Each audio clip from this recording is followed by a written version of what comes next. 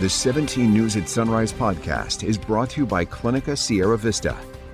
Welcome back to the 17 News at Sunrise podcast, where we share your news on your schedule. Working in the spirit of the Golden Empire, this is 17 News at Sunrise.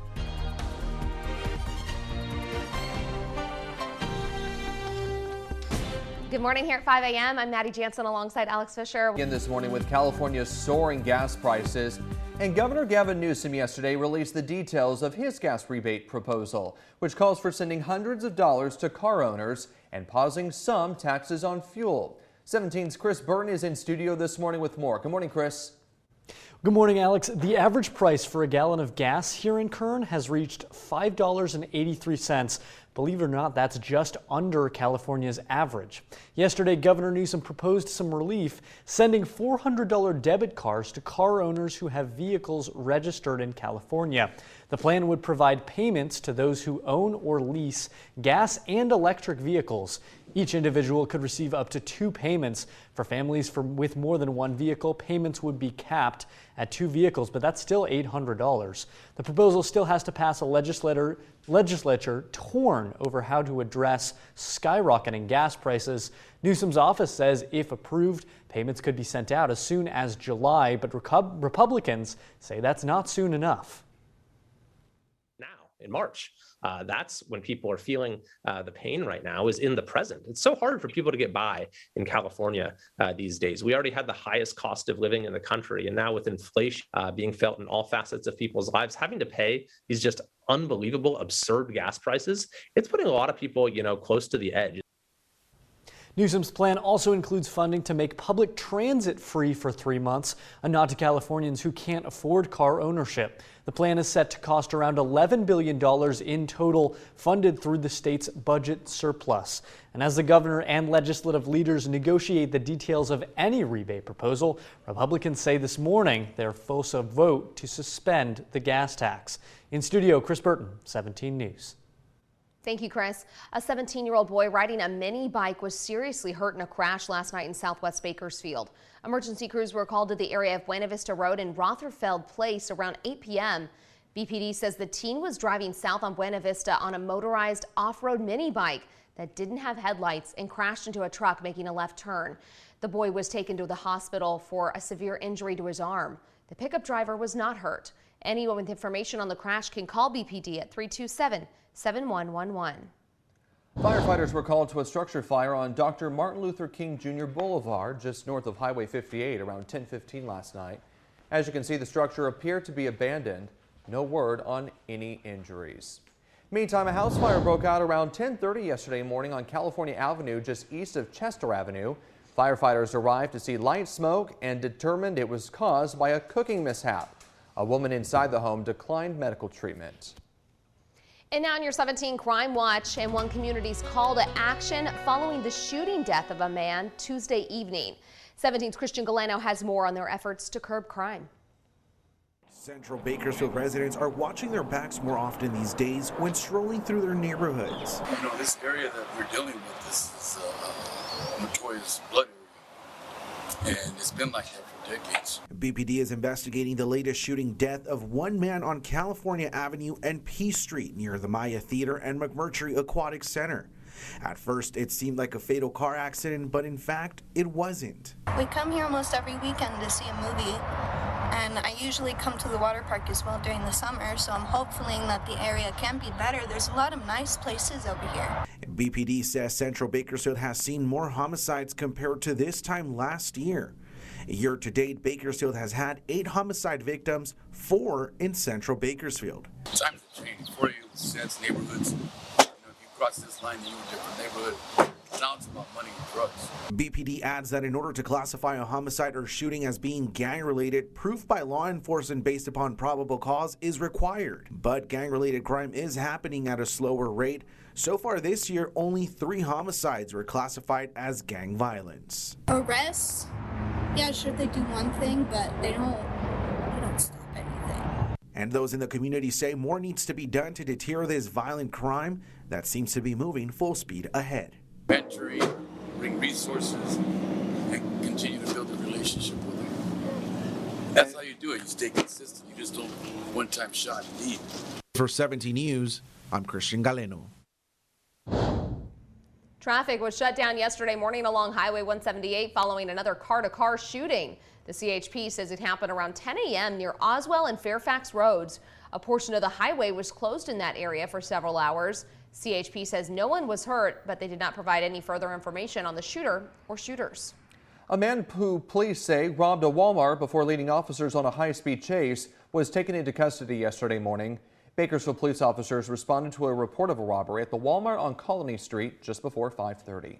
The suspect, later identified as 29-year-old Jordan Shelton, allegedly brandished a knife at store employees while trying to steal pallets.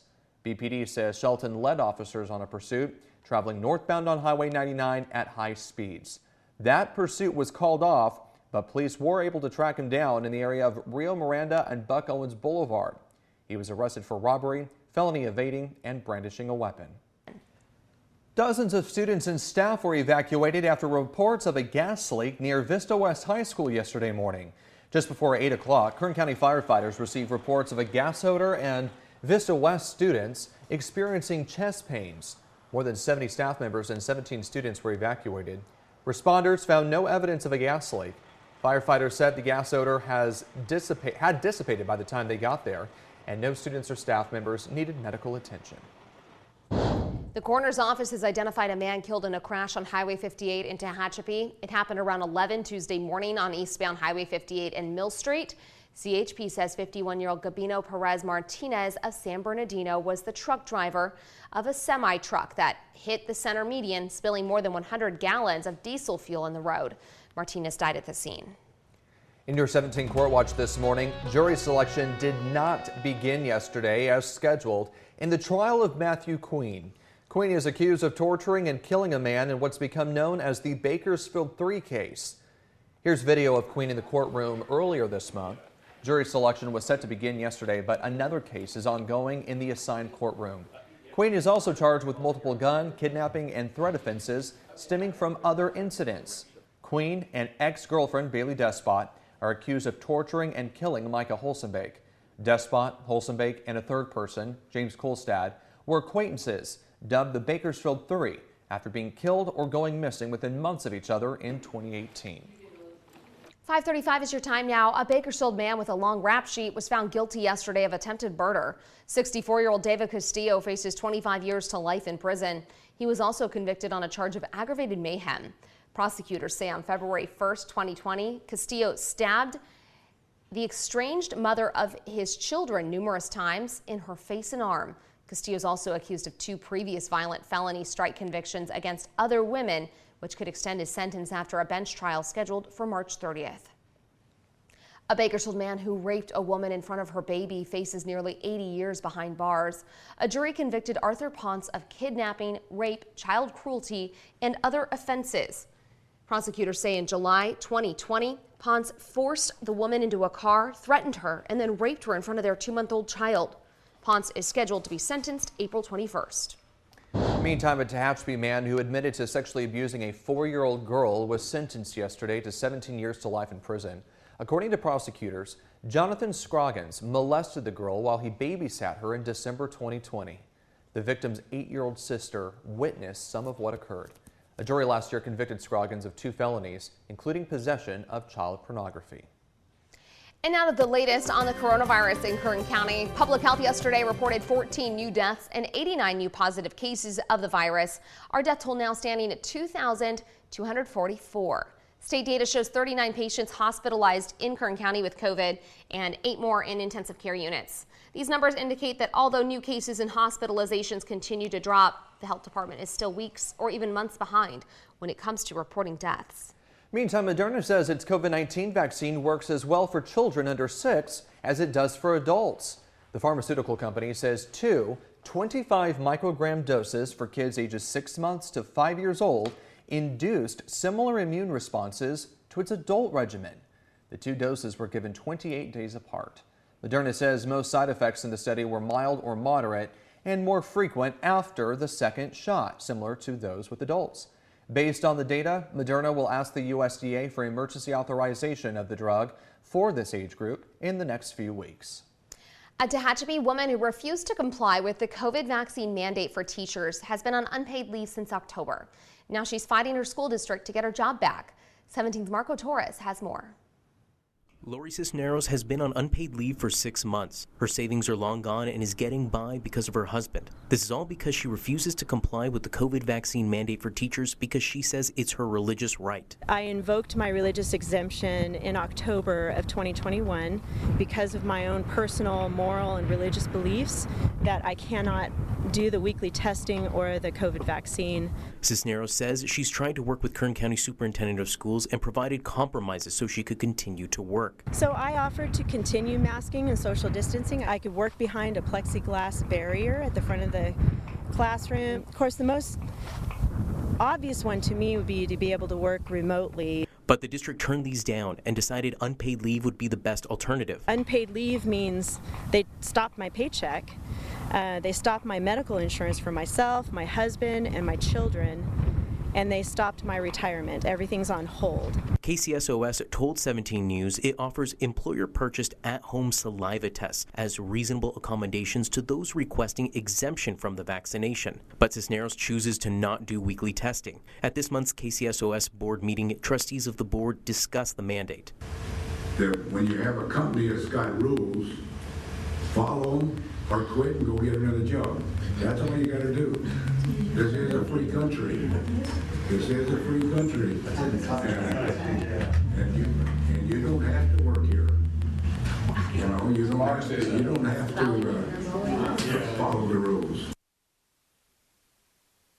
Marco Torres reporting. Cisneros says if KCSOS won't give her her job back, she'll pursue legal action. Cal State Bakersfield is easing its masking rules next week. In a message to the campus community, President Zelezny said masks will be strongly recommended, but not required indoors starting on Monday. Zelezny said the decision was made due to encouraging regional declines in infection and hospital rates. She cautioned, though, the CSU community that if conditions do worsen, there may be a need to revisit masking and other precautions. In other education news this morning, the Cal State University system is officially removing the SAT and ACT exams from undergraduate admission requirements. The CSU Board of Trustees unanimously approved the decision yesterday, saying it will level the playing field and provide greater access to a high-quality college degree for students from all backgrounds. The move aligns the CSU system with the test-free policy adopted by the UC college system last year. CSU officials say students can still choose to submit SAT or ACT scores that will not be considered for admissions purposes, but could help in their placement for English and math courses. Working in the spirit of the Golden Empire, this is 17 News at Sunrise.